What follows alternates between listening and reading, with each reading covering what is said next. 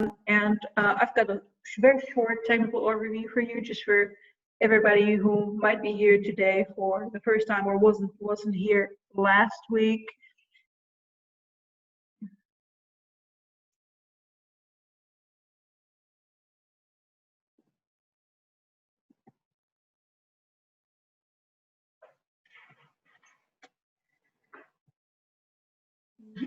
So if you're wondering, because I know there were some questions that I got during the week, so if you're wondering about how to do the translation, so if you want to choose translation, if you're a Polish speaker, then you go down to the globe icon and choose German.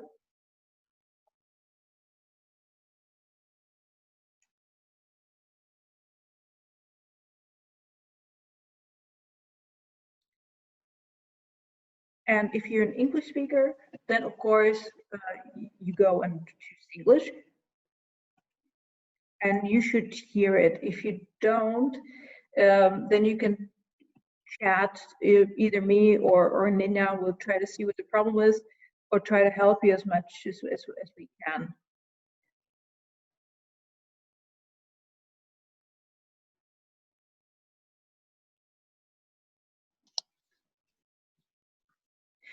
Also, if you have any technical difficulties, please don't raise your hand, because we don't have a chance to react to this. So if you have anything, whatever, just chat me or Nina, and we'll try to solve your problem. But you know, if we have a whole bunch of raised hands, we might not be able to respond to it. And then another important thing is, whenever we ask a question in our Q&A feature, then you use the button Q&A, and we will see the questions and we will pick them out and read them to everybody who hear them. So just make sure to use those two things. And that's basically all for me. So I think I can give the word back to Fabian. Just one more thing, please, if you're a regular attendee, please don't be surprised that you don't see your face, don't hear your voice. It's because there's just so many of us. So only the panelists have this possibility. It's all yours, Fabian. Okay, so I hope you can hear me. Okay, so for those of you who haven't met me, I'm Fabian. I run our European education programs based in Hamburg, Germany. And as I said, this is part 2 of our webinar. And we have several, which I think are highlights today. One of which being, we're being joined by Mr. Jerzy Silberring, the son of late Teofila Silberring. And a lot of you have seen the film about Tosha Silberring, have used it with your students. So we're honored that you, Jurek, can join us today in this meeting, and that you accepted answering questions that the teachers have raised during the past week. And of course, if there are more questions coming in from the participants, again, you can put them either in the chat or in the Q&A session windows, and Magda will collect them for Jurek. Then we have right now one speaker who will later present a lesson that he submitted. That's Christian Kazimierczuk from, I always want to say Gliwice, but you're not exactly from Gliwice. Correct? From Chorzów. Chorzów. Near Gliwice. Near Gliwice, in Poland. And Christian has been with Centropa for many years, and he submitted a wonderful lesson which he's going to present later. And then it's my privilege and very special pleasure to also introduce and welcome 4 students and 1 teacher. Let's start with the students in Moldova. That's Valeria. You gotta help me, Alessa and third name. Can we hear? Yeah, perfect. And then, of course, our wonderful Svetlana, teacher at the Lyceum, let's say the Theater Lyceum in Chisinau.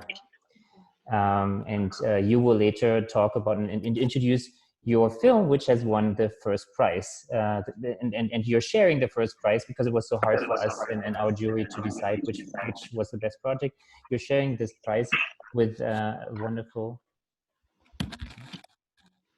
Yeah, and you're sharing the first prize with a wonderful graphic novel project that was submitted by Jan from Lublin. And I'm not going to pronounce your last name because I don't want to embarrass myself with this complicated last name. But Jan, thank you also for joining us today. And you will also talk about what drove you, what motivated you in picking this particular Centropa story and turning it into this wonderful graphic novel, which we're going to show later. And we also have with us, by the way, one representative from the Visegrad Fund, which is the supporter and funder of this event. So, Mr. Peter, thank you for joining us also. As my colleague Magda has shown earlier, we're going to start with a very brief introduction, which we didn't have the time in the first webinar last week, with a very brief introduction to the database. And for those of you who had joined us last week, you remember that one of our teachers from Poland, Jacek from Kielce, that he used this wonderful, that he introduced how his students made a wonderful app where you can weave two photos into one, let's say the historic and the current photo. And for examples, he used Centropa photos, historic photos, and then his students sort of took a counter photo from today, and this is a project that they're working on right now. And what I'm going to do today is I'm going to show you a little bit of our database from the Centropa website. And for those of you who have done a little bit of research and done their homework, you have also, I hope, explored our websites a little bit. So I'm going to now share my screen. Can everyone see? Yeah, you can see the homepage. So this is the Centropa homepage, which is in English, German, and Hungarian. And because we're going to also present not only the winners, the first prizes today, but also the runner-ups, I'm going to start with a wonderful story that you can find under interviews when you go to interviews. And you have the photo database and the interview database, and you can search from stories, for instance, from Hungary. And the second prize went to a wonderful project by a Hungarian student who couldn't join us today, unfortunately, but we're going to show her project nevertheless. And she used a Centropa story as a basis for drawing a graphic novel. So what she did is she used the database and she was looking for a story from her hometown, I assume. And she found a wonderful story, which I assume she also used in Hungarian. So here's the Hungarian version. And you can read the entire interview in Hungarian for those of you who speak Hungarian, unlike me. And this entire interview takes you through her whole life, through the 20th century, before war, during the war, and after the war. And what you can do, if you see on the right, you can also look at all the photos that this woman called Vera Wexler shared with Centropa. For instance, here, this wonderful photo of one of her relatives in the army with a dog. And each photo comes with a caption, with a description, what's on the photo. Obviously, this is in Hungarian now, but basically what the student did, and then this is what we encourage teachers and students over the world to do, is explore the database and find stories that don't necessarily have to do with the Holocaust, but really depict Jewish life, Jewish everyday life. And in this particular case, the student picked the story and then drew a graphic note, which we're going to share later. You see here in this case, we have the woman that we interviewed shared 77 photos with us. And as I said, every photo comes with a story. So that's very important when Centropa digitized Jewish memory, that we did not only scan photos and upload them on the website, but that every photo came with a story, and it was keyworded. As you can see here, for instance, on the right, you see who was the interviewee, who was the person interviewing, when the interview was conducted, this one in Budapest in 2007, who's on the photo, of course, when was it taken, etc., etc. And having this keyword database helped us make your lives as teachers even easier. Let's say when you want to prepare a project, let's say on, for example, Jewish religious life. So what let's say if you want to do a project on Purim or on Hanukkah or on Jewish festivals, what I suggest you do is you click on you go to the English language page, and then you go to Centropa interviews. And on Centropa interviews, you have an advanced search on the right. And when you click on that, it's a little bit hidden here, so I'm going to show it to you. It says advanced search by keywords. Because first of all, you see all the pictures that we digitized. That's 17,255 results. And we're still uploading new photos as I speak. We've digitized more than 20,000 photographs. So let's look at the advanced search. And here, what pops up is a refined search by keywords. And let's say you, as I said, we will click on religion or religion-related photographs. And for instance, cantors, religion-related education. Let's see what else, and let's say rabbis. And then we do a little search. And here we have 218 results.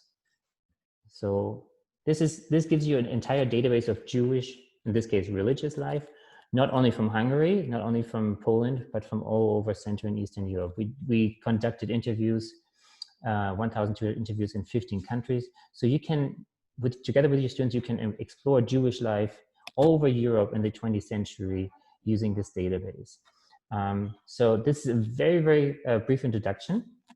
And now we're going to jump into the next part of our webinar, and Magda, you're going to take over. Oh wait, before I forget, actually, I do want to show one more thing, because Magda, she would not be happy if I don't show this. She did, 1 second.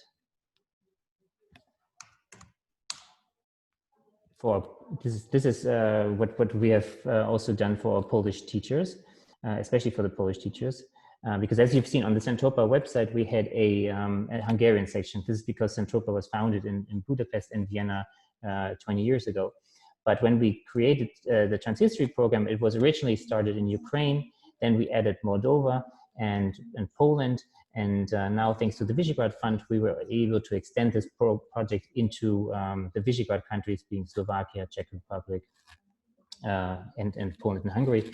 So on the Trans.History page, what we have just in the past days now finally completed is the first part in Polish, and we will continue to upload content also in Hungarian and Slovak and Czech language. But we will click on Polish, and what you see here, for instance, you all have seen the film about Tosha Silberring, and here you see the interviews that we currently have in Polish, and I'm showing this here on this particular page because the English page, the Centropa website English page, obviously doesn't have all the Polish language content. So this is something brand new for Polish teachers, and we hope that you can use it. It gives you wonderful opportunities to have the entire interview with Tosha Silberring and other Polish interviewees along with their photos. And here we see, for instance, we can browse through Mrs. Silberring's photo album, and every picture also comes here with a caption. So again, this is just a very brief glimpse into our database, first on centropa.org and then on our project website, Trans.History.org. And we could talk forever here about the different materials, etc., that we can that we can upload thanks to you as teachers who have submitted lesson plans, etc. But I'm going to give the word now to Magda. So thank you for listening.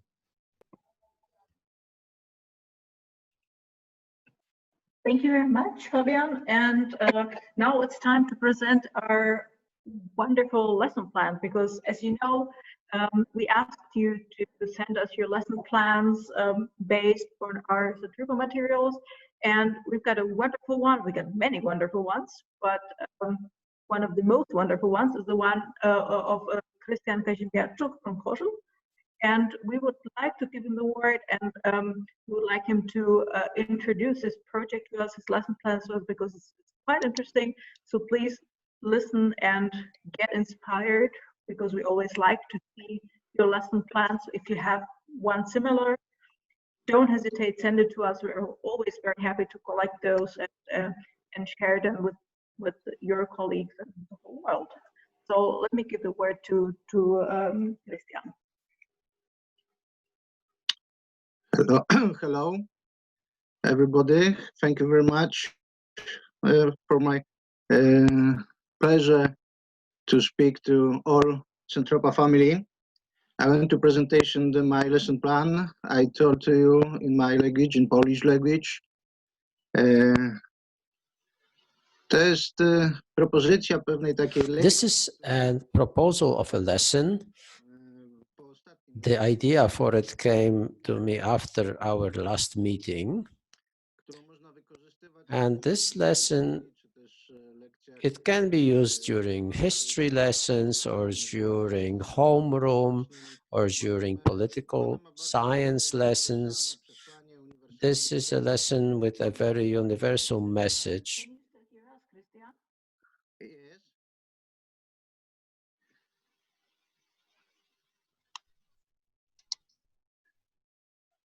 Is good here? Magda, listen me? I can. Christian, I can hear you. Yes? Yes. Is okay? Mm-hmm.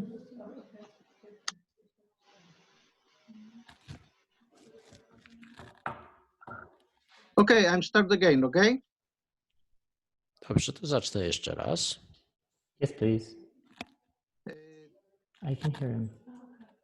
Moi mili, to jest plan lekcji, która ma... So, dear colleagues, this is a plan of a lesson that is a very universal lesson. It can be used as part of the subject of history or political science.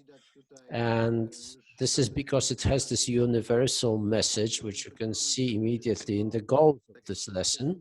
I particularly wanted to broadly present some matters related to teaching history, but not for some very detailed person. So not for preparing us to pass some tests or exams, but more to develop the human character. So I'm paying a lot of attention here to the knowledge about culture, or the cultural studies, because there is a certain cultural deficit. And we need to understand this cultural deficit, because this is felt very clearly among my school students or university students at the Polish University. And I have some experience in screening this film in various groups, from middle school through high school through university students at the Opole University. And the experience of this film, even though the target group is so different, the experience it generates is very similar, because this film is extremely suggestive. This makes for its great strength. And this was the main argument why I wanted to use the film about Tosia, Teofila, because of the layer of knowledge, the biographical part which is so important in teaching about the Holocaust, but primarily because this is a very effective example of selecting a source, in this case, a film, to grow the hearts and minds of our students, even if this may sound very elevated. That was my thought when I was preparing this scenario. And I also wanted this scenario to be followed in this very specific way. So my proposal is that after you have screened the film or after the text it has been read, you should take a walk around Kraków and Kazimierz to follow in the footsteps of Tosia and to have conversations in really small groups, two-person groups in pairs. And those very small teams are very important because on the one hand, there is a shortage of conversation between people in the contemporary complicated times, and we are even more short of conversations about difficult topics. And this film, which has this very strong message to everybody who watches it, this film provokes thinking, it provokes conversations. So after this film is screened, discussing it in pairs seems to me to be the most effective way. Of course, maybe after a very short lecture to give the historical background, to show on the map where the Kazimierz district was in Kraków, so that we would get this time and space visualization that would be correlated with the goals of this lesson, the detailed goals of these lessons, which are included in the syllabus or the educational requirements, because you usually have to follow those. But what is the essence of this scenario is a worksheet. And in this worksheet, I suggest questions which are, in terms of methods, related to working with a source text, whether it's a cultural text or whether it's a legal document or whether it's a film or whether it's a film developed in the way like this one is. That's a separate story, but it is important to talk to young people about the reception of such sources, because it is frequently very important that in the times of the different media, especially for this generation, which finds their way very well around the network, around the web, they need to have critical approach to the resources that are available on the web, that they get from the internet. So we need to have a conversation about what kind of source this is, and then some questions which are more general. So what is the general message of this film? What is the axiology? What is the hierarchy of this axiology? What examples of specific human behavior we can see, we can find in this film? And we can later discuss about with the young people, because this film is showing very extreme situations from the time of war. And when you're working during a history lesson or a social studies lesson or a homeroom lesson where you are dealing with humanities in general, you can relate this to the contemporary times. So you can show those humanitarian values in the life of people. And if you are teaching this to young people, then this is a great opportunity, a teaching opportunity to show something good, and this can develop the personalities of our students. And at the end, well, this is a piece of work which is also quite provocative in showing you how complex the situation is, because the general problem with teaching about the Holocaust, well, this is always under the influence of the current political situation, especially as there is a very lively debate about it. But we want to show in an unbiased way, without anger, without bias, how complex this process was, how difficult the situation was, how difficult such extreme moments in one's life are. And here we're suggesting an essay, an extended written answer, so that every student, after this film has been screened, after they have seen the walk with Centropa around the Kraków-Kazimierz district, and also after the course of this lesson, after those conversations in pairs, so that the student could write an essay about the human attitudes to the Jewish population during German occupation. You don't necessarily have to emphasize the nationalities, but you need to talk about those very intimate human behaviors.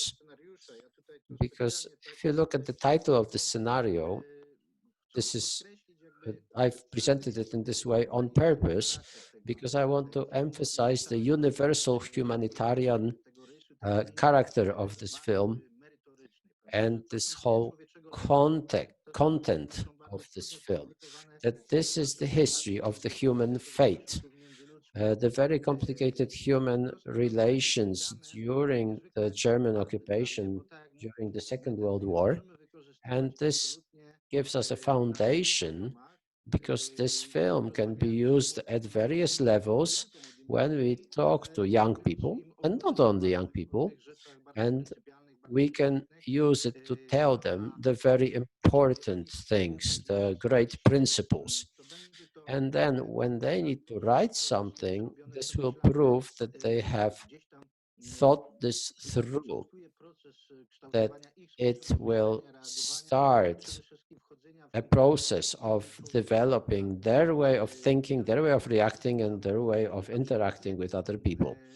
And let this be a foundation, a very general humanitarian foundation for introducing to the difficult topic of the Holocaust and generally the Polish-Jewish relations. So I think that screening this film and this way of conducting a conversation with young people will be very effective. And this is confirmed by the experience we already have, we as teachers who teach this topic already have. So this is my proposal of a scenario for you, and I have written it in this form. Thank you very much. Many thanks to you. It was very interesting. Dziękuję bardzo, panie About 2 minutes profesorze for Kaźmierczuk. questions. Natomiast mamy jeszcze dwa pytania. Okay. Okay. And do it through the Q&A function so that we can collect the questions.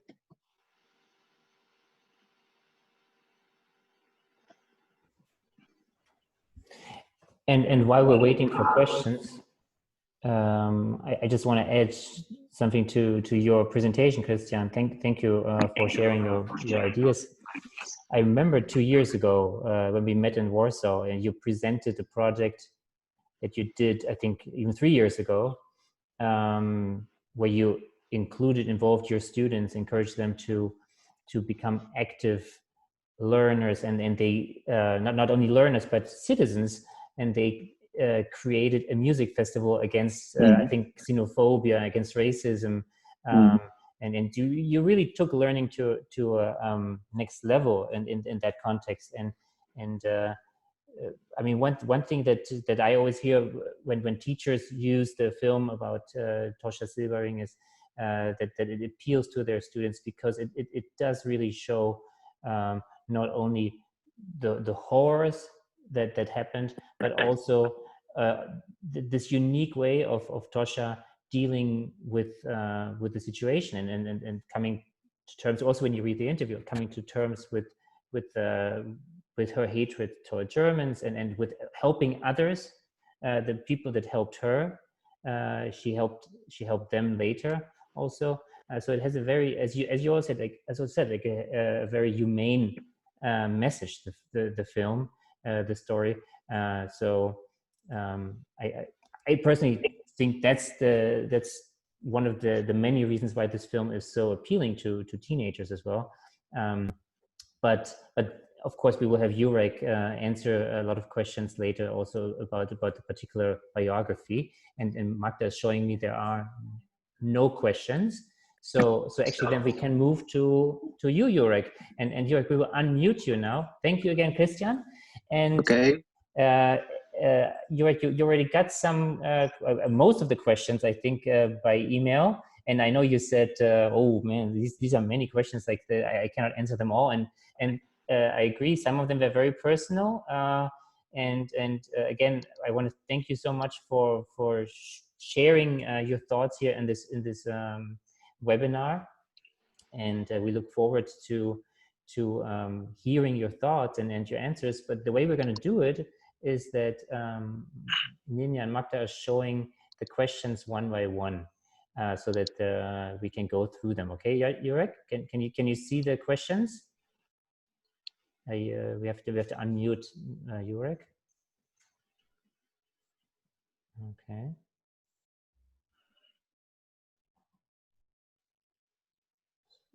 So bear with us for a second.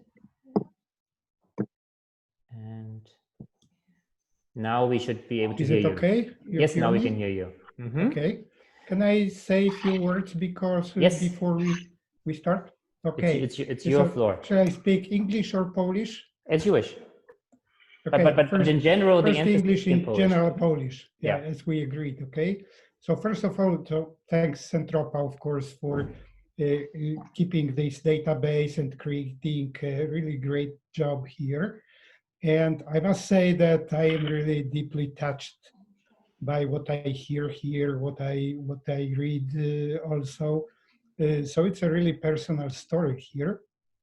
And reading down those all those questions that those teachers were sending to me, I must say that you are the cream of the cream of the teachers, and I can say that I wish I had such teachers when I was young.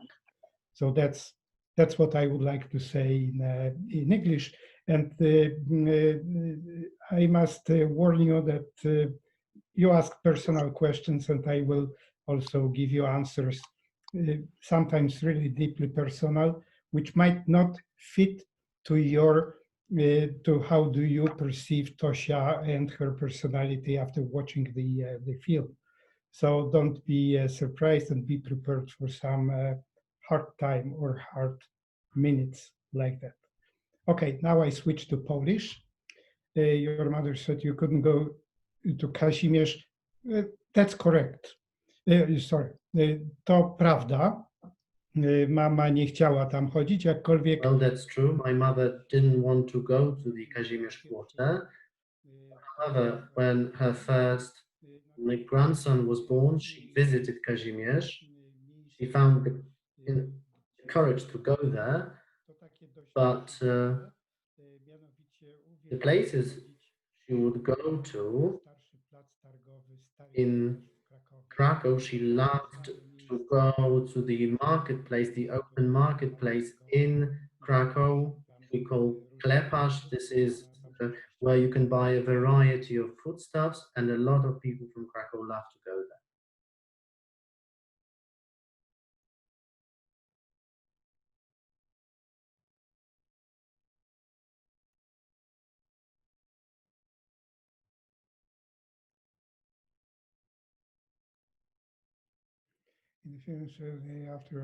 Teraz kolejne pytanie. W filmie moja mama powiedziała, że pomimo tych wszystkich smutnych i trudnych doświadczeń bardzo chciała być szczęśliwa. Mama nigdy, so mother was never happy, and she failed to teach me how to be happy. I had to learn how to be happy on my own. And hopefully I will be answer how I did that by answering your subsequent questions. So that's all from me about this particular question, about wanting to be happy and failing to share the knowledge of happiness with your children.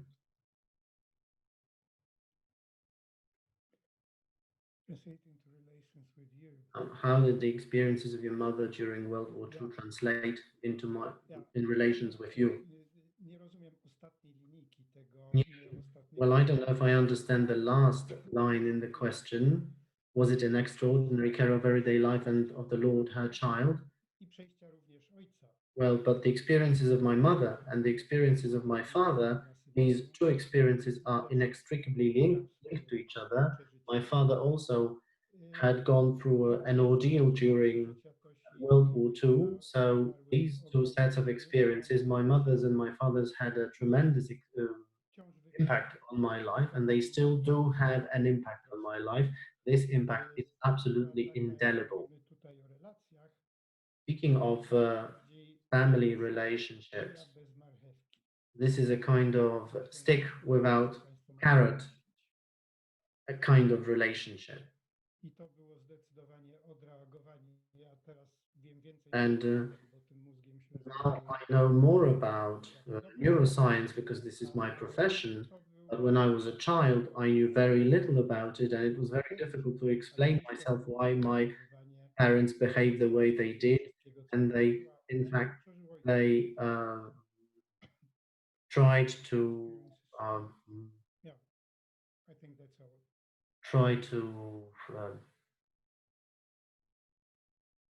simply find relief after what they had been through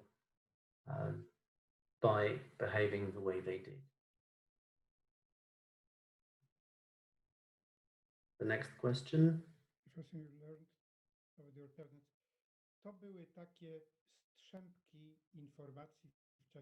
So these were just snippets of information that I got, but parents, my mother would never talk about the Holocaust in my presence. They tried to cover these experiences. And this is quite typical that people either talk about it or simply refuse to talk about it. Those people who survived Shoah, that's the way they behave. Speaking of the details from my mother's life, well, I didn't know much about it. The first time I learned about it was through the interview and the film. And my daughter, Tosia's granddaughter, knew virtually nothing about Tosia and her experiences. These people, Tosia and people of her age, people who went through the Holocaust, they didn't share their experiences with their children and grandchildren. They shared their experiences with those people who also went through the Holocaust.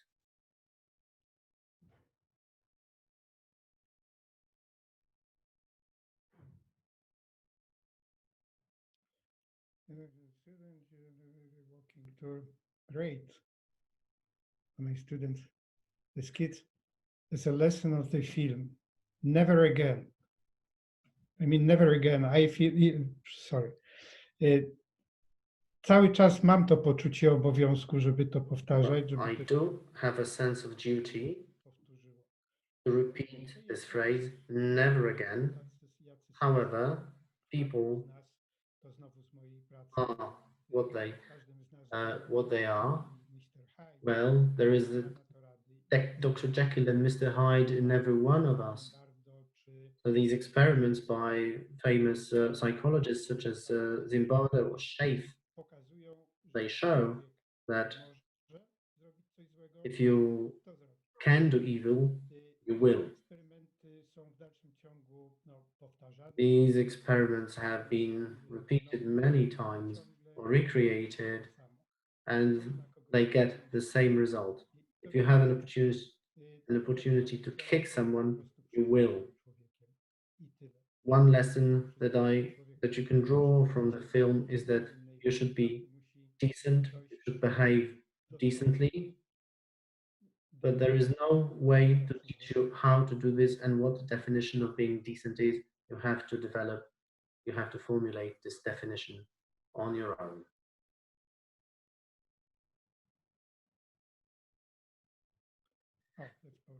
Which of the family memorabilia, family souvenirs do you think the most precious and why?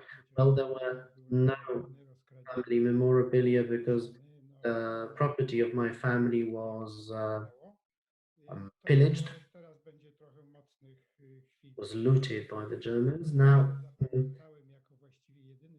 let me move on to some powerful and harrowing memories. I was a little child and I was still sleeping in a cot at that time. And always before going to bed, I was thirsty and I asked my mother to give me something to drink. And she would give me something to drink in a green egg cup. And she would bring a droplet of water in this egg cup because she didn't want me to call her in the night because I wanted to pee. As I was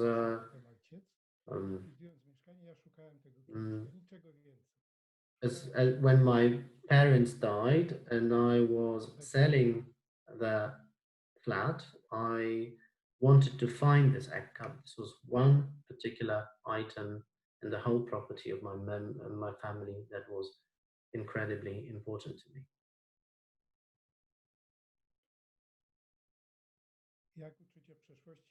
How to teach about the past and what mistakes does the education system make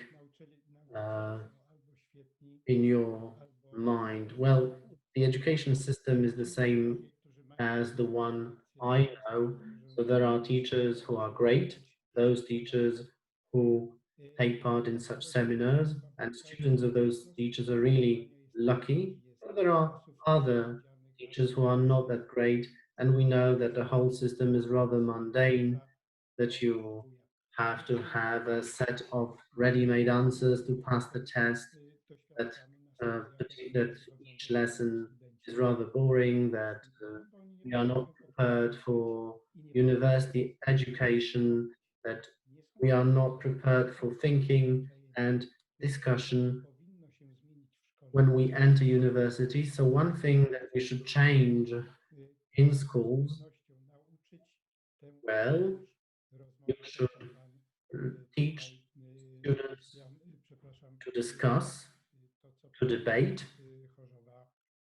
This is what Christian Kazimierczuk has raised, the point about discussion and debate. Well, I have sent to Magda and Fabian a text that I found on the internet. The text is in Polish. This is a great teaching aid because it touches upon a number of issues about how to discuss with young people. You can't simply give ready-made precepts to your young students. You can't tell them what to do. Well, my specialization, my area of expertise is neuroscience and drugs. And you can't simply tell young people not to take drugs. They won't listen.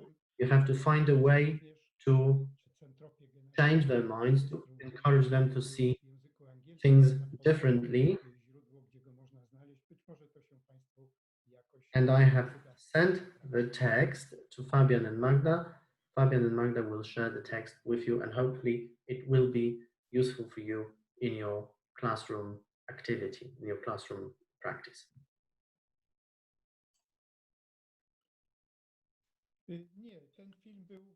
No, this movie, this film was made completely away from me. I was not involved, and I don't want to talk about, I want to say something that you may find unpleasant. There is this fragment where my mom says that when the camp was liberated, she left and that she wanted to go back together with other women. It does make some sense, because if she was saying anything, then that was all that she was saying. But there was a problem with anti-Semitism in the streets among the people. So they actually wanted to go, they would prefer to go back to Auschwitz, to their henchmen, because there everything was clear, who is who. And here in normal streets, it was not, nothing was clear.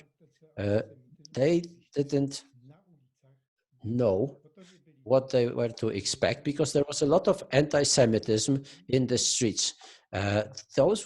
The people who are anti-Semitic were not just the people at the highest levels of power, but ordinary people. But those were the words of my mother, so I do not want to interfere in any way in the film that was made.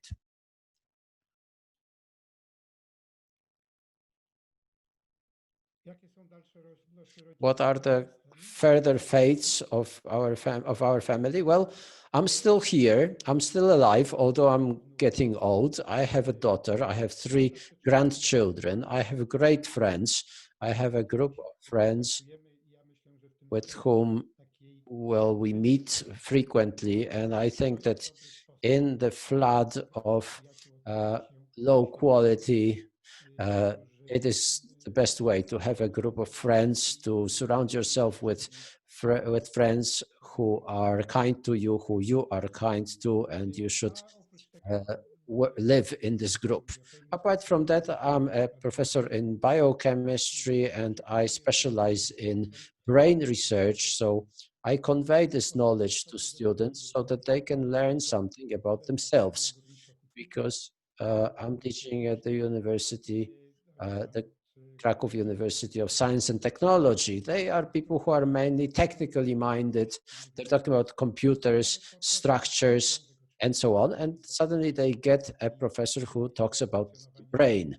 But this is important also, because you need to combine technology with living organisms. We know that this is happening now, but I want people to know something about themselves, about their behavior, where this behavior comes from, and what you can do to change that behavior.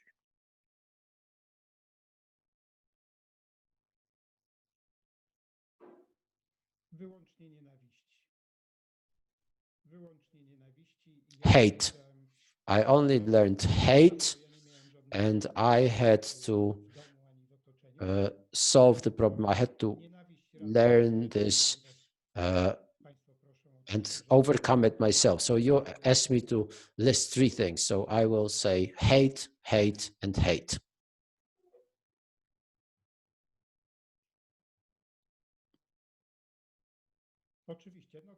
Of course, it was very much marred by the war. The war was influencing my childhood, and it is influencing my life, but I am aware of what happened to my parents. So to make it clear, what was there? Well, it happened, and it cannot be erased. I have forgiven them. I go to their graves, I put pebbles on their graves, and that's all I can do.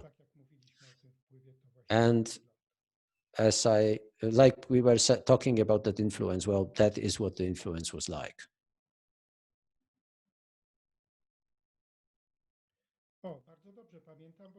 Yeah, I remember that very well, because I was a young adult at the time when this wave of anti-Semitism spilled. But everybody's talking about this March 1968, that it was Gomułka, Moczar, and that they were at fault, they were guilty. That is not true. They were rank and file people from the party who organized the meetings, who participated in the meetings, who kicked my father out of work because he was a Jew, and for no other reason, even though he was a great specialist. But it didn't count that he was a specialist. What counted was that he was a Jew. This did have an influence on me, in the sense that the majority of my friends or colleagues, there weren't that many, and those who survived and lived in Krakow and they all disappeared from my life because they left, they emigrated.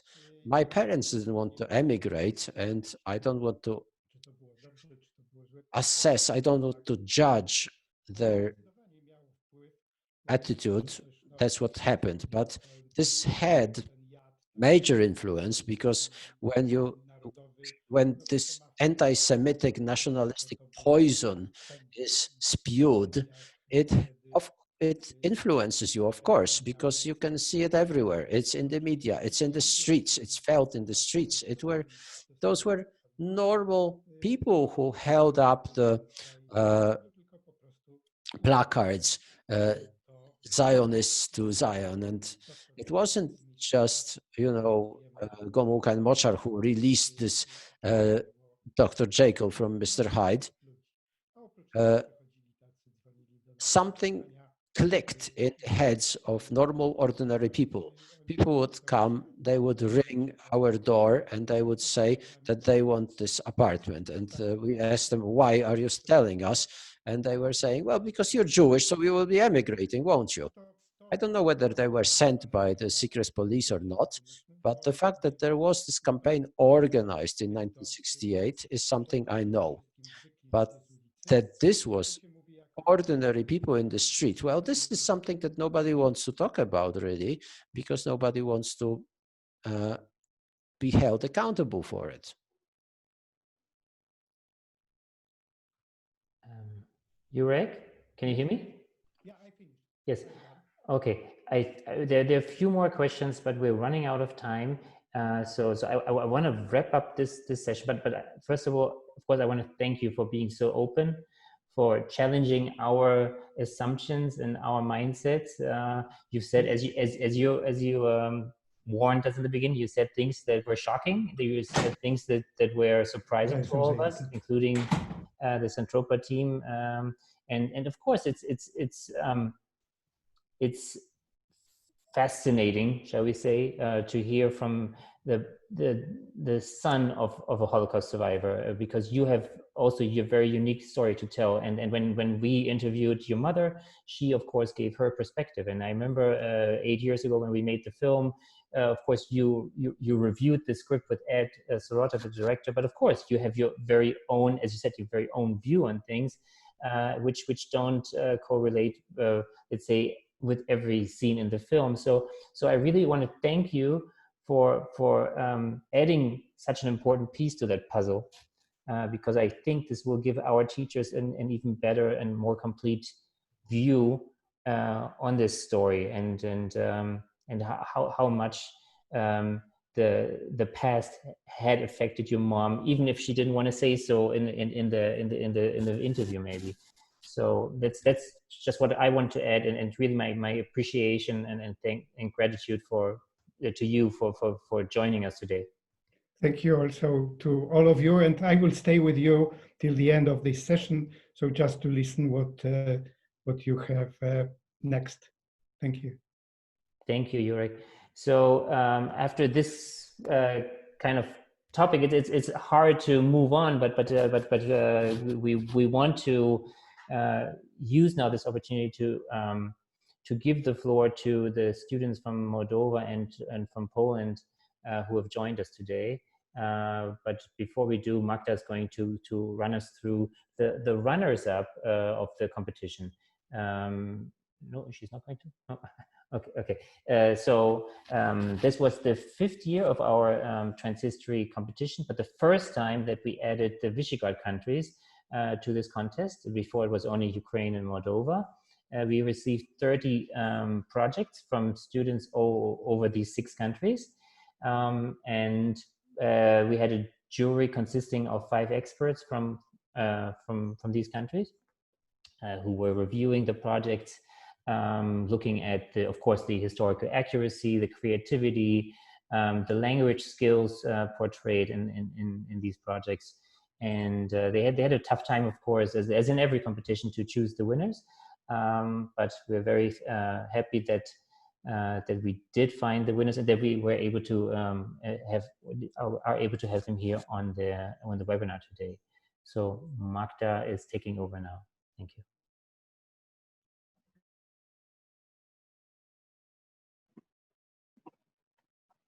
Thank you, Fabian.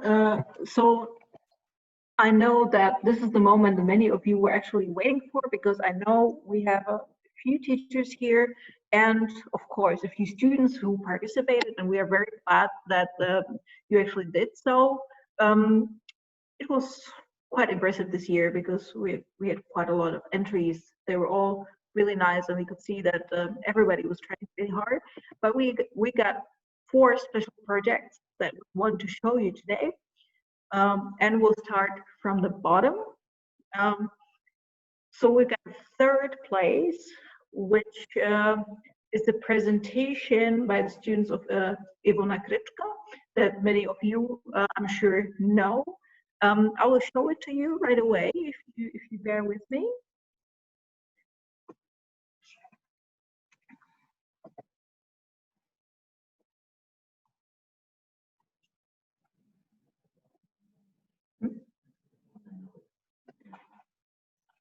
Yes.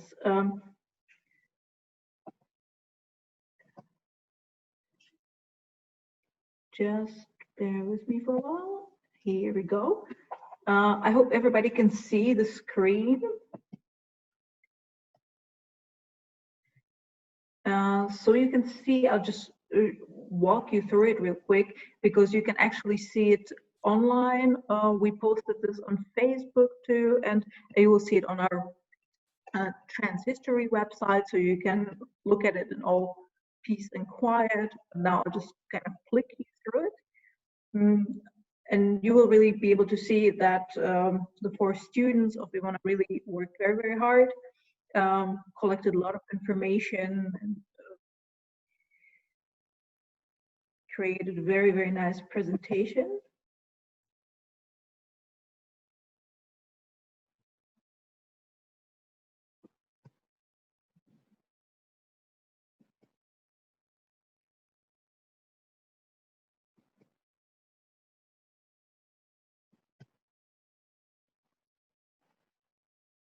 So just one thing that I want to add to this, I mean, we had 3 categories. One was finding out about righteous among the nations in your community, so people who helped save Jews during the Holocaust, and then another one was finding out about the hidden or lost Jewish heritage of your region.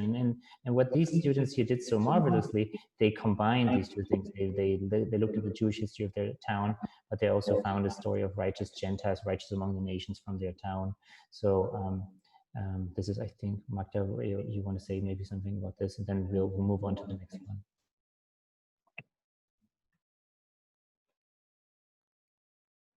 Actually, I don't have much to say about this. I just want to show you the rest of it.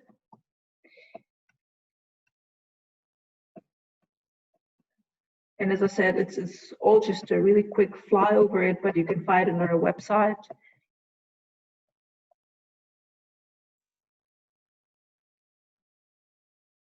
Yes, and I really wish we had some kind of applause function, because I think those students really deserve it. But at least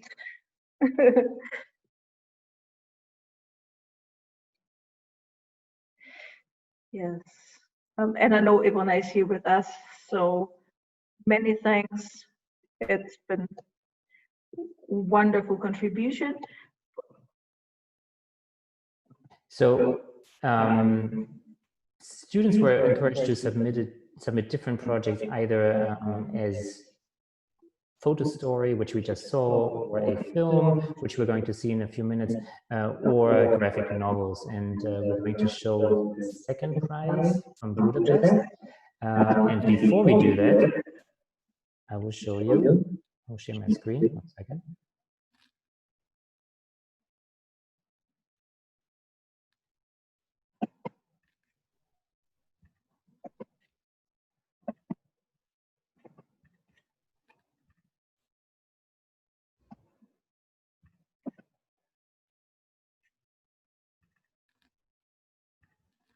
So now I think you should see a map. Can you see this map?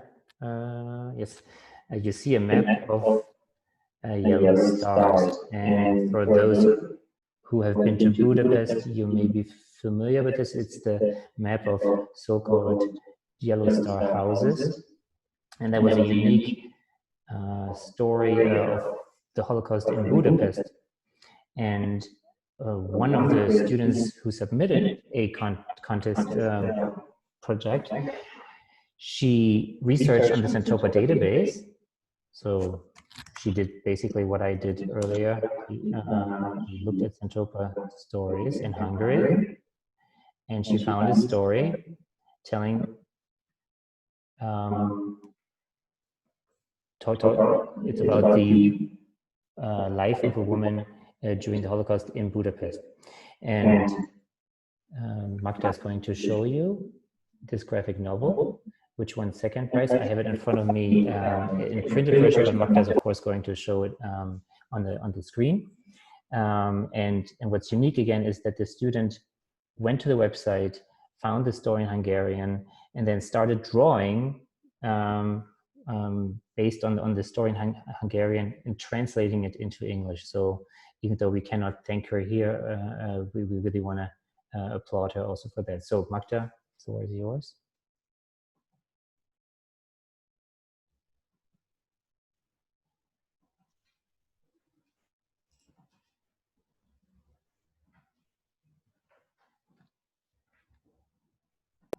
So I hope everybody can see this. It's a PDF, so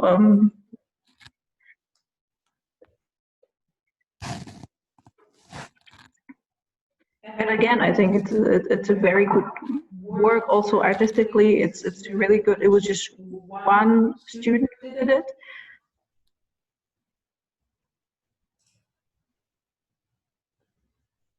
And I think I'll just let the graphic novel speak for itself. This one you'll also be able to find on our website.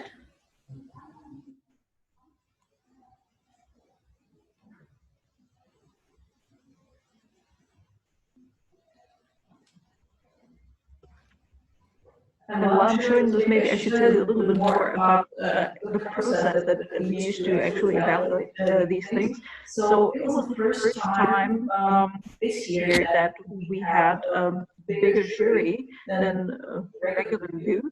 You maybe know Jerzy, who was in there, and we also had some artists in there. So we had really people who could evaluate also the artistic part of the contributions.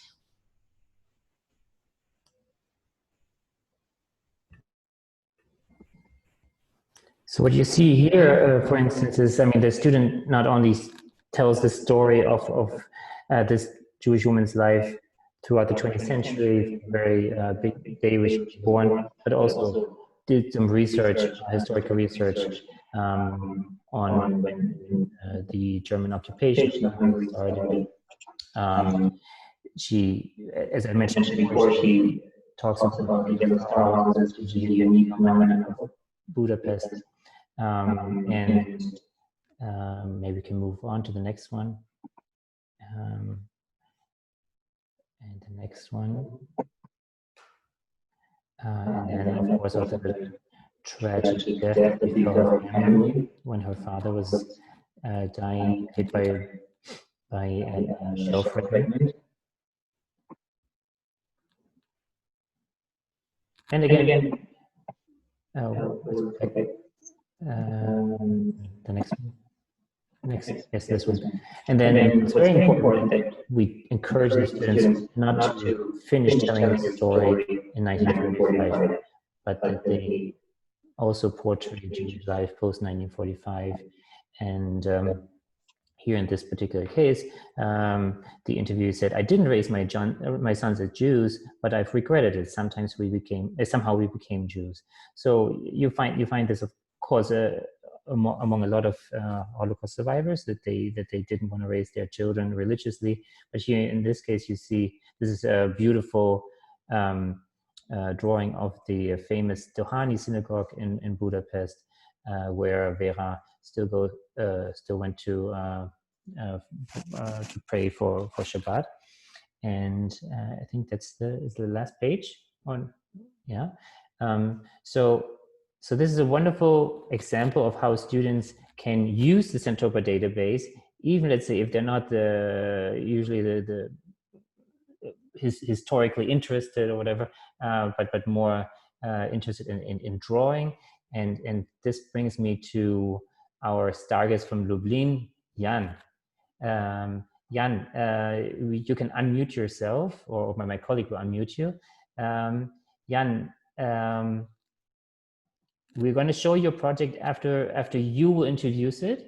When you submitted your project, I immediately sent it to our director, and he said, I want to see this kid, and then I want to know more about what he did, and maybe you can just tell us a little bit about what encouraged you, what motivated you to participate in this contest, and how you picked the particular story that you're going to show.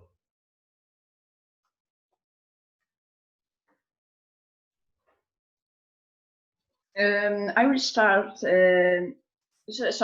I will talk in English, but if I have any problems with that language, I will switch into Polish because we have a translator. So the motivation for me was the drawing and learning the history of the Jewish culture in my town Lublin, because my father is also interested in that subject, and I got to know about that competition by the Facebook.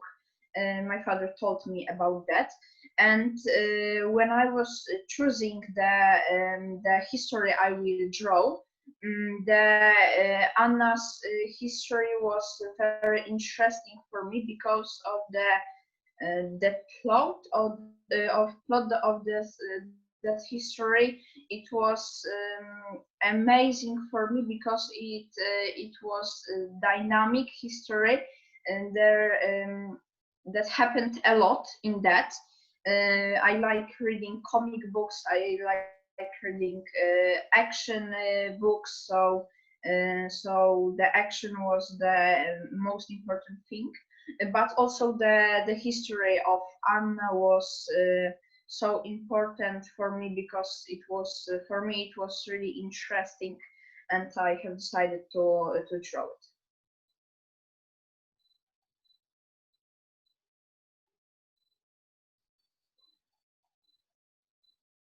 I can't hear you. You are muted. You are. Now you could hear me. So maybe we're going to show it now to the participants, and then if there are any questions or comments, then you are still here to answer those remarks and comments. Okay. So Magda is going to show it.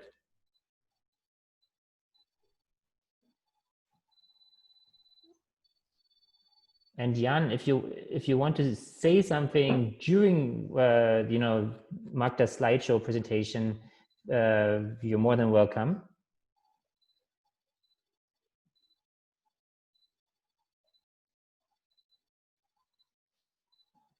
I would like to tell that that's not basically the graphic novel. It's more like a comic book because I'm, as I told, I'm interested in comics. I have been going on extra drawing classes, so that's why I'm interested in drawing.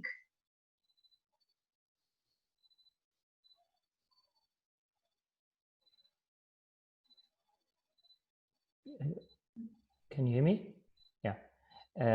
For instance, this picture of Lublin 1938. So were you looking at original pictures from that time, or were you just imagining how Lublin must have looked 80 years ago? During making that comics, I was looking for pictures from that time. It was really important for me to give the real look of the buildings, the streets, the objects in Lublin, to make that comic, the history of this comic book look more interesting and realistic. There is a question here from one of the participants, actually one of my colleagues. How did you decide which scenes to draw from Anna's history, from Anna's story? The interview with Anna is long, but I have decided to draw that part because, as you will see in the next pages, it was a dynamic story, and I was when I was reading it for the first time, I was really amazed by the situation of how it all happened. And that's basically the story of when Anna was a younger girl, but in that interview she also told about her future. Mm-hmm. Mm-hmm. So Magda is scrolling down to towards the end of the story, and again, all the winners are available on our website. There's another question. How long did it take you to complete the graphic or this project? It was about 3 weeks, I think. It wasn't a problem for me to. It was in another way. I didn't have to. I forgot the word. To write the story because it has already happened. So it wasn't a big problem for me. As I told, I have decided to draw the Anna story because it was, for me, it was one of the most interesting stories. But first I had to draw the sketch, then ink that, put colors on that, and at the end I had to add texts. As you can see, they aren't written by me. It's I worked with the computer.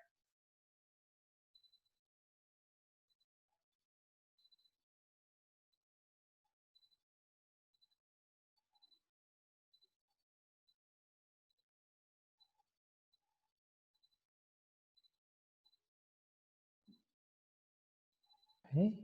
There's one more question for you, Jan. If other students would do this project, what advice, what tips would you give them? Is there, let's say, like something that you would do different this time or next time, or like what worked well? I know the many students who are in my age are interested in drawing, and in tech, I can give someone the technique advice about drawing, but it's a personal subject to choose the story you want to illustrate. Because for me, the Anna's story was interesting, but for another person, maybe it wasn't. So that's the personal thing. You choose the history you choose, and that's everything from me in this question. Mm-hmm. That's some great advice you're giving.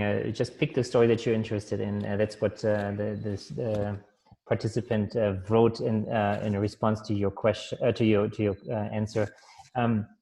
So I want to thank you for all of us that you joined us today, that you presented this wonderful project, and if you're interested, we at Centropa would be interested in continuing and developing your graphic novel to add a few things also about post-war, because as I said before, this is very important for Centropa, not to talk about what happened after the war, but as you said, you picked the story that you found very interesting, and you did such a marvelous job. So thank you once again, Jan, and congratulations. Usually now I would give you some chocolate and some and so the certificate, you're going to get this by mail in times of Corona. That's the way we do it. But I see our colleagues from Moldova clapping and applauding. So I just want to thank you. Thank you very much. Okay, so And now we move on to the co-first place, and we're traveling to Chisinau now. And can we unmute Svetlana and her wonderful students? And Svetlana, the floor is yours. Maybe you as a teacher want to say a few words first, and then you can have your students say a few words about what inspired them. Absolutely.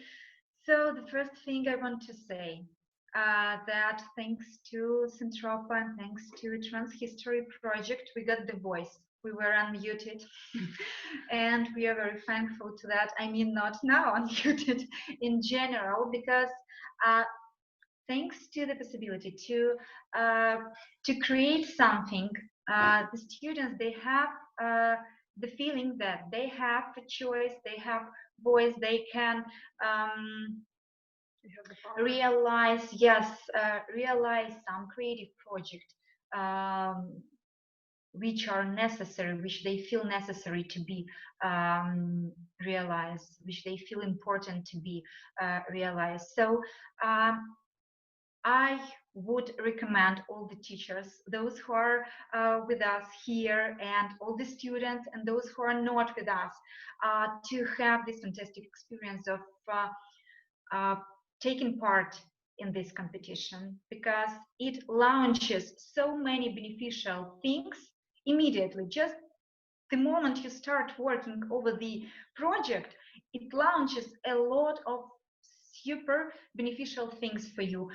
The relationship between students themselves, the relationship between teachers and students, the possibility to develop their own hobbies, because they do realize, while realizing the project, they see what they really like, what they can do. So that's the only thing I wanted to say just before you will be shown the film and the video. And also one more thing, if you're afraid you're not able to do the project, don't be, please, because actually we had only 3 days to film it. Yes, we had the idea, we developed it 3 months ago, but then because of the quarantine, because of the lockdown and the restrictions, we couldn't go out actually, yes. And the restrictions were removed, and we had only 3 days to film it. And we managed, though. We filmed it in 2 days, and the third day was just Ilya making all the stuff. So, yeah. So everything is possible, and you will never be alone, because Centropa team is the most supporting, encouraging, and enthusiastic people ever. So they will be by your side always. Okay, so Alice, welcome. Well, I don't know what to talk about. Okay, how we started the project?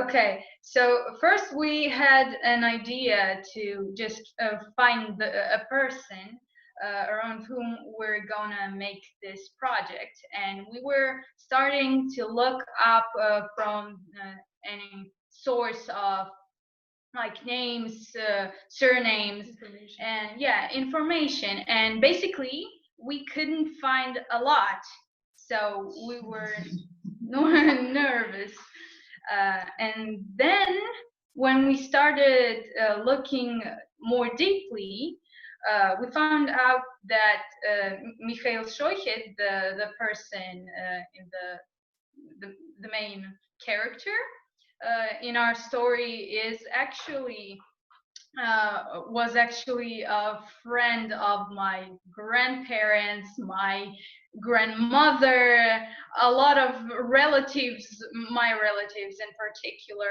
they knew him, and we decided, well, we have information, we can start writing the script. And so after that we found out some people who worked alongside him who were also my grandmother's friends. So that was a fun project to make. Yeah, I can say that while we were working on this project, we became personally invested with the story of the people we mentioned, and it was such a good experience to find out more about the place we live in. And there are so many things that we don't know and that we should know as the citizens of this place. Yeah, because it's kind of it's strange because we didn't know how many Jews actually affected the city until we started looking it up, and then we were shocked. We just saw that everything around us was affected by Jews. So yeah. Yeah. Okay. It's a great introduction. Shall we show the film? Yeah. Okay. Thank you. Anna, we will mute you again.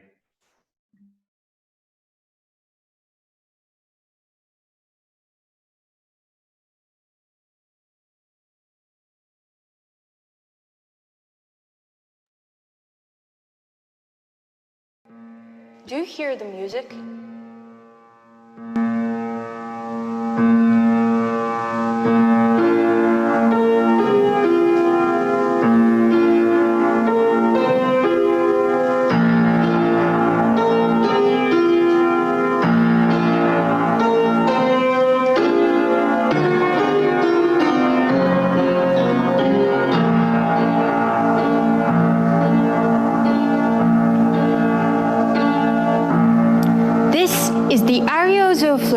From the opera Rosovan.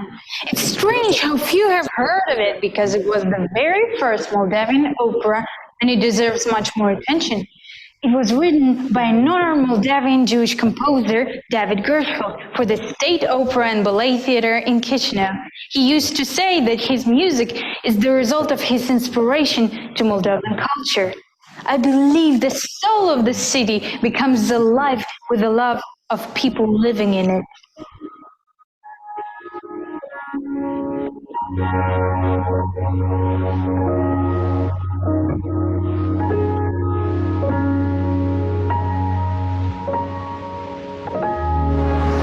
And now standing here, I do realize how many things were created out of love for the city of Chisinau. Monuments, buildings, memorials, paintings, poems.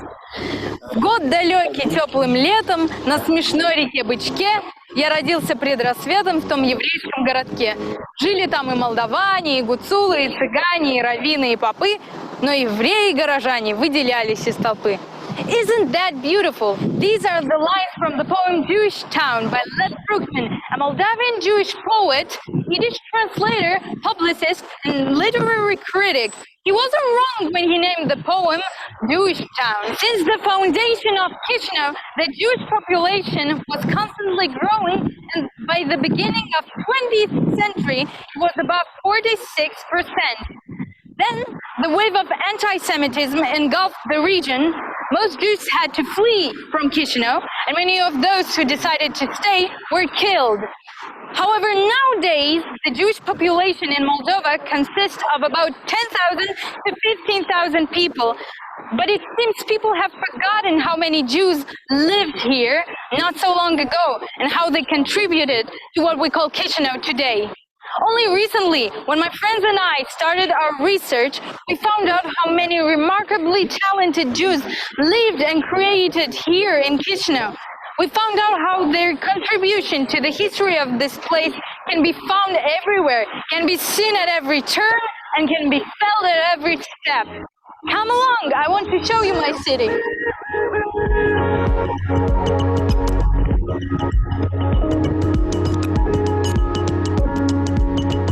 This is the National History Museum of Moldova, where amongst many works of art, you can see the works of Jewish sculptor and artist Lazar Dubinovsky. This is the Menger Jewish Library, where you can find more than 50,000 books of Jewish writers of Moldova in Yiddish, Hebrew, Russian, Romanian, English, and other languages. Among them are books by Boris Lakader, Eliezer Steinbart, Sudit Shulim, and many, many others. And this is the Eminescu Theater, where many years ago Kent performed on the stage. And all the scenery and props for their productions were made by the talented Jewish production designer Yaakov Averbuch. All of them lived and worked here in Chisinau, in our city. Well, I wouldn't call it the same city. At that time, Chisinau did not look what it looks like now at all. World War II left ruins behind, and nothing remained in the center of the city. When I asked my grandfather what it was like at the time, he told me that for some time after the war had ended, people were still afraid to go outside. The streets were quiet and empty, and it seemed that the soul of a once beautiful place was severely wounded. It's frightening to understand how easy it is to destroy something and how incredibly difficult and challenging it can be to bring it back to life. Have you ever thought, how can a single person influence the appearance of an entire city? How can a man gifted with unusual ways of thinking can heal the wounded soul of a destroyed place?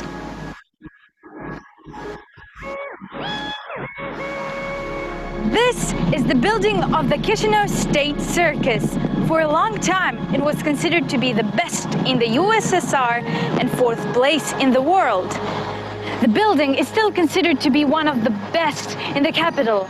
The main architect was Simeon Shoichet, the winner of the State Prize of Moldova in the field of literature, art, and architecture. Simeon Shoichet was born in Dubasari. With the outbreak of World War II, his father, Mikhail Shoichet, was called up to the front and killed soon after. His family was evacuated to Central Asia, and they returned to Dubasari after the war. It was a difficult time for the mother, with 3 children on her shoulders. They didn't have money to buy food sometimes, so she had to send Simeon to live with his aunt in Chisinau. My great-grandfather, Mikhail Bekir, used to work alongside Shoichet for some time, and he used to tell us many stories about the process of constructing the circus. First, it was drawn as a 2-floor round building, symmetrical from every part. But the idea was overruled. The Soviet government didn't like how different it looked from every other building in the Union. Shoichet was mad. He turned the sketch into pieces and threw them flying into the bin. He never stopped trying, though. He then added another diamond-shaped building with a small arena in its center from behind the main stage. Eventually, his plan got approved. It was what they called Dalgostroy, which means the process took quite a while, 10 years to be accurate. But after all the problems had been coped with, the circus opened its doors for the first time in 1981. Sadly enough, in 2004, the circus was closed for repairs but never reopened. But for all of us, this building is still an important and inherent symbol of the city, a message which was handed over to us from the time when people had to learn to live again, to hope again, and to continue to struggle for what they love. As the lead architect, Simeon Shoichet took part in the development of 7 cities in the Republic. He developed the general urban plan of Belts, which changed the face of the city, as well as the master plan of Chisinau and its surroundings. The tragic story of his family, as well as his love towards his native country, both became his source of inspiration.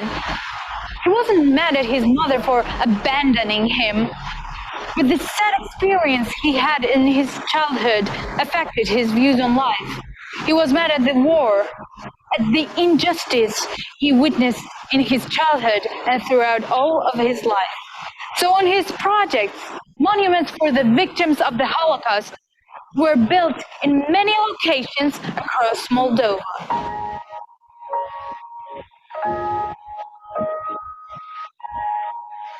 Simeon Shoichet died at the age of 79, a week before his 80th birthday, December 24, 2010. He left us many things to reveal, things to discover, and so many stories to tell. All the buildings, all the memorials he protected remind us of the people living here before us. They remind us that we are the keepers of our city's soul. Each person is a melody, and when they connect, they create music, the music of the city. Do you hear the music?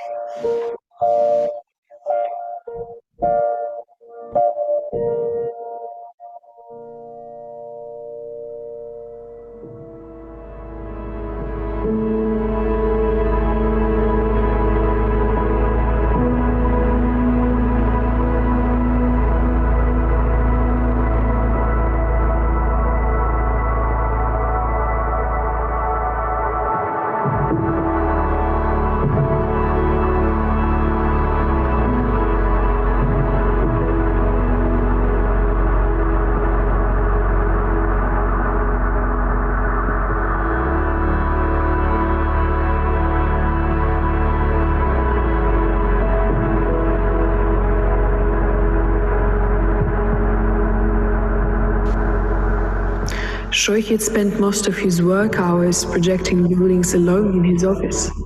He paid great attention to the practical training of all young architects, and especially those he worked with. He liked the passion of the young, and that's why he was taking a lot of newbies to work with him. Although not all of his projects were implemented, each of them contained a meaning that was later transferred to another project of his, even after his death.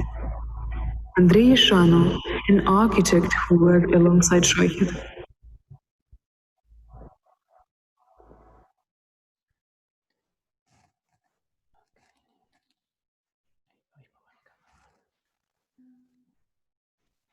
Okay.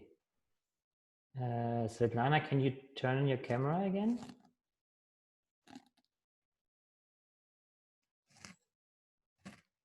Well, first of all, I want to really congratulate you for this wonderful project, Valeria, Alisa, and Jerzy. I've met two of you in Chisinau a few months ago, and I know that you have wonderful presentation skills, but also, I mean, your work in the background, doing all the technological stuff that cannot be overstated. So that's him. That's him.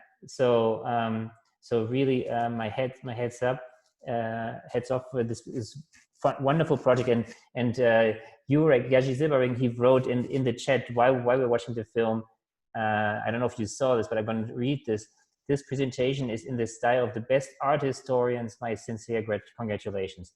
So, if anything, I see a great career for the three of you, and you have a wonderful teacher. In times of Corona, again, we would love to present the award in person, but we're going to send it by mail. Svetlana, you will give us the address where we should send it to in times of lockdown. And again, I want to also thank Jan, who's still there, but we cannot see you, for joining us, and all the participants for staying in. Hi, Jan. Thank you again.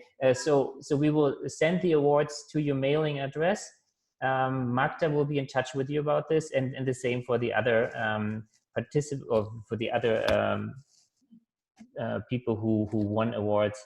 And thank you for everyone who participated in this competition, even if we weren't able to award every project that was submitted. Again, like Svetlana said, like, be brave, be courageous, send in project, even if you feel that you don't have the skills. We're here to help, and I think that these two projects or four projects that we've seen now are a wonderful example of what teenagers can accomplish, as you said, in a matter of 3 days. So that's just absolutely breathtaking.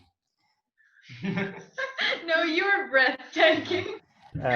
Okay, stop it. Okay, so what we're going to do now. Thank you so much for joining us, everyone. I know that a lot of teachers have asked for certificates, and my colleague Magda has said that there will be a two-step process to get that certificate. First of all, thank you again for sticking through this entire two-part webinar. We're going to have a really short online polling survey now, with 4 questions where you just type in whether you like the survey or not. But we're also going to send you next week a little survey, which is very important for our donors. We have to show this, we want to show this to our donors to see how you responded to this, like what we can do better next time. Of course, we know this is quite frontal here, so next time we're going to experiment also with more interactive features. But given the time constraints that we had, we felt this was the right way to do. Again, you are more than welcome to give us your opinion. So please take the time to fill out this survey, which Magda is going to send you next week. From my side, that's all. I'm going to give Magda the last word and Ninja. From my side, I want to thank everyone again, and I hope to see you very soon in person. And have a wonderful weekend, everyone. But stay in line. Magda and Ninja are going to have the final words. Yes, also from Magda and me, thank you so much for participating in the webinar and for being patient with us with everything going on technically wise. You would help us a great deal if you would fill out this live poll very quickly. It's just a couple of questions and it's completely anonymous, so you don't have to worry. You can say what you want and no one will ever know. So that would be very, very, very nice of you, and yes, we hope to see you again sometime for some Centropa Trans.History projects. Yeah, thank you.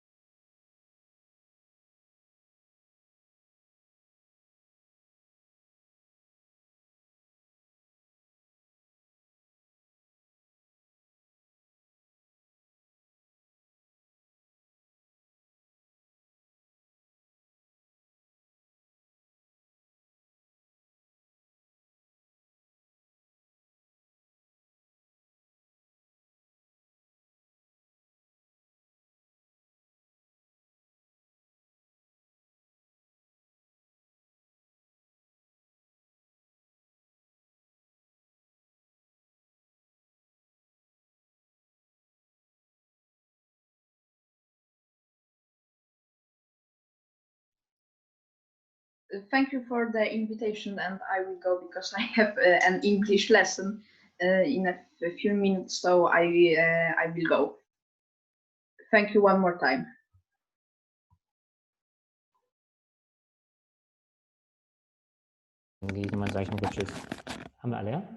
Okay, so everyone has filled this out. Thank you so much for sharing your feedback, and again, we look forward to staying in touch with you.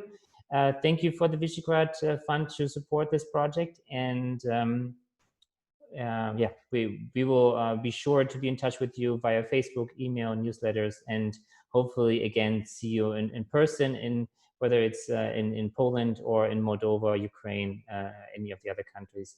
Have a wonderful weekend, everyone.